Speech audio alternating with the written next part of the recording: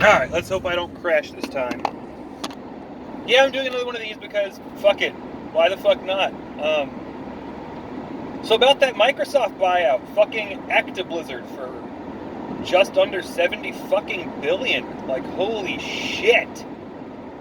And I'm not gonna say like, oh, I'm super fucking hopeful that blah blah blah blah blah will happen. Because I'm only tentatively hopeful. I'm tentatively hopeful that maybe we'll get like Heretic 3. Wouldn't that be fun? Because the whole purchase thing has had interesting results. Which Microsoft is like, hey, we'll let you go into your vault and make the games you fuckers want to make instead of all this COD bullshit. And you know that's Raven Software. That's why I say, fucking Heretic 3, buddy, do it. And everyone's, well, the straw man I invented in my head who keeps me honest is like, aren't you just getting excited about games that you played 30 fucking years ago? And it's like, you know, this could be really fucking good. Because the endless summer of boomer shooters demands blood and there's never enough. And I want to specifically talk about that because of Microsoft. If you've ever seen the Windows 95 Microsoft Doom commercial, they were always about getting games to sell their software. Because they want that market monopoly. And I'll get onto that in its due course. But no, I'm like for boomer shooters, this could be fucking huge. And no, it's not about playing the same game we played 30 goddamn years ago. Because if you just look at the current climate of boomer shooters, there is a lot more innovation and new ideas being put in and being shared than in literally any genre. Like if you think about Sony's exclusives, they're just taking other people's ideas, copy-pasting them, and making bland-ass products. But boomer shooters are building off of each other. Like, it's a trend that's been going on forever. Shadow Warrior only came out and existed because of Doom and the Duke and the Blood. But all those go back to Doom. And then, Doom 4, 2016, owes half of what it is to fucking Shadow Warrior 2, and then about 80% of what it is, it owes to Shadow Warrior 2. And then you look at the trailers for Shadow Warrior 3, and it's like, they're just expanding on each other. And that is the big thing that always I look for when it comes to the next title in a series. You can't just get more of the same and it be yada yada yada, that's the end of the story. You have to expand. And so yes, that's why I'm tentatively hopeful that some good will come out of this. But the big thing you gotta watch out for is we go back to my Let's Murder AAA video. We can't stop this shit from happening and becoming a nightmare. We can influence it, and we can stay on top of it, and as consumers, you can be not just supportive, but reportive, and keep not just the corporation honest, but the alphabet fucking bureaus that exist to keep them in check honest. And that's a big thing, because you also have to remember, they went after gaming really hard in 95, but that whole antitrust shit happened because of what they just did. Buying out their competition so their competition stops existing. Because 70 billion for Actiblizzard is literally fucking nothing to Microsoft. They're not a gaming company. They're not like Sony, who has a gaming wing, and that gaming wing has to be successful in order to exist next year. Microsoft is probably one of the biggest tech companies in the world, if not the biggest. So that 70 billion they spent, not only is it a drop in the bucket for what Microsoft's yearly revenue is, it's literally just the cost that they are willing to sacrifice to get you to use Microsoft and only Microsoft. So while I'm tentatively hopeful about that shit, it's something that we need to keep an eye on, because they are being watched now. If you remember a short while ago, Nvidia tried to buy wasn't a cathode. It was a part for chipsets, I think on motherboards. Was it a capacitor?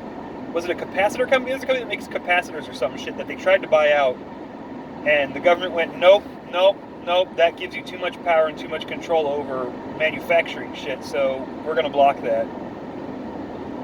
And that's the kind of oversight that Microsoft is on right now. They're being watched. And it's not just the government who needs to watch them, it's the consumer, because we will only get the government and the marketplace that we pay for. So if we have to be mindful and not just supportive or unsupportive, but reportive to keep that shit going. But I think that shit's fucking hilarious. Like, Sony is fucked at this rate. At their last E3, every time that they had a game that said exclusive, it had an asterisk that said it was also on PC. So it wasn't even just exclusive to Sony and platforms they control. It was exclusive to everything but fucking Nintendo. And that's fucking hilarious to me. Where was I going? Oh yeah, Sony. Like, this really fucks them over. Like, really bad. Because things like Game Pass, just imagine everything that Activision Blizzard put on both platforms. What's going to happen when for like something like, what is it, like $130 a year for Game Pass, I can get all those games that Activision Blizzard put on both? Why the fuck would I pay a shitty fucking, now $70 for a game on fucking PlayStation, when for $130 I get that game and over 100 more? And they cycle in and out every fucking month or so. And you know they're going to leave specific ones up forever. Like, you know the ones that bring in players and they can microtransaction the hell out of are going to get people playing forever. And they're going to leave that up as long as possible. Because you know how it is. I said this shit at the end of 2015. If we don't jump on this shit and take control of it, our video games are going to start looking like fucking websites from the 90s. And what the fuck happens? We get completely broken fucking releases where literally the only fucking thing that functions is the store button. It's so bad even Pastor Eric Miller fucking mentioned it. Yes, Necro chills with pastors. If Jesus can chill with hookers and thieves, I can chill with Christians. I can get down with everybody as long as you're not a complete piece of shit. But anyway... And it's huge, because it gives them a big, strong arm, not over control over IPs, but control over third parties. They are no longer a third party. Guys that put out on everything they could put their games on are now being owned by one of the two actually of the platform controllers. How good is Mac gaming these days? I mean, Linux gaming is still kind of a fucking joke, but it's getting better. But what the fuck does Mac gaming even look like anymore? It's all going to be through Microsoft very soon. In 2 fucking years, E3 is just going to be a Microsoft presentation while Sony masturbates in the corner weeping. Oh, it's fucking great. Nintendo doesn't even fucking do it anymore. They don't care. They're their own fucking thing. They're like, nah, fuck you. We're going to do our own shit. Eat a dick. We're going to make this slightly better version of the Wii U that doesn't have the console box. And that shit's just fucking hilarious to me. It's also terrifying. And that's what you kind of need to keep an eye on. You know, and that's everybody needs to keep an eye on. If you want it to stay a situation where old games aren't just being re-released, but are having completely new life breathed into them with new ideas and expanding on previous ideas and iterating and getting better, you kind of have to keep that eye on them. You know, Sony had the Crash and Spyro trilogy, which aren't even exclusive to Sony anymore. They're on PC. And they're just literally, they call them remakes, but they're not really remakes. They had issues ironed out, and they got graphical upgrades, but that doesn't constitute a remake. You know, that constitutes a remaster. And it's like Demon's Souls. All the jank and everything is still there. They didn't change the combat or balance it out in any way. It's still the exact same game, just prettier, and with some new sound effects. That's not a remake, that's a remaster. And that's where they're kind of stuck. I mean, what does Sony have that is currently exclusive?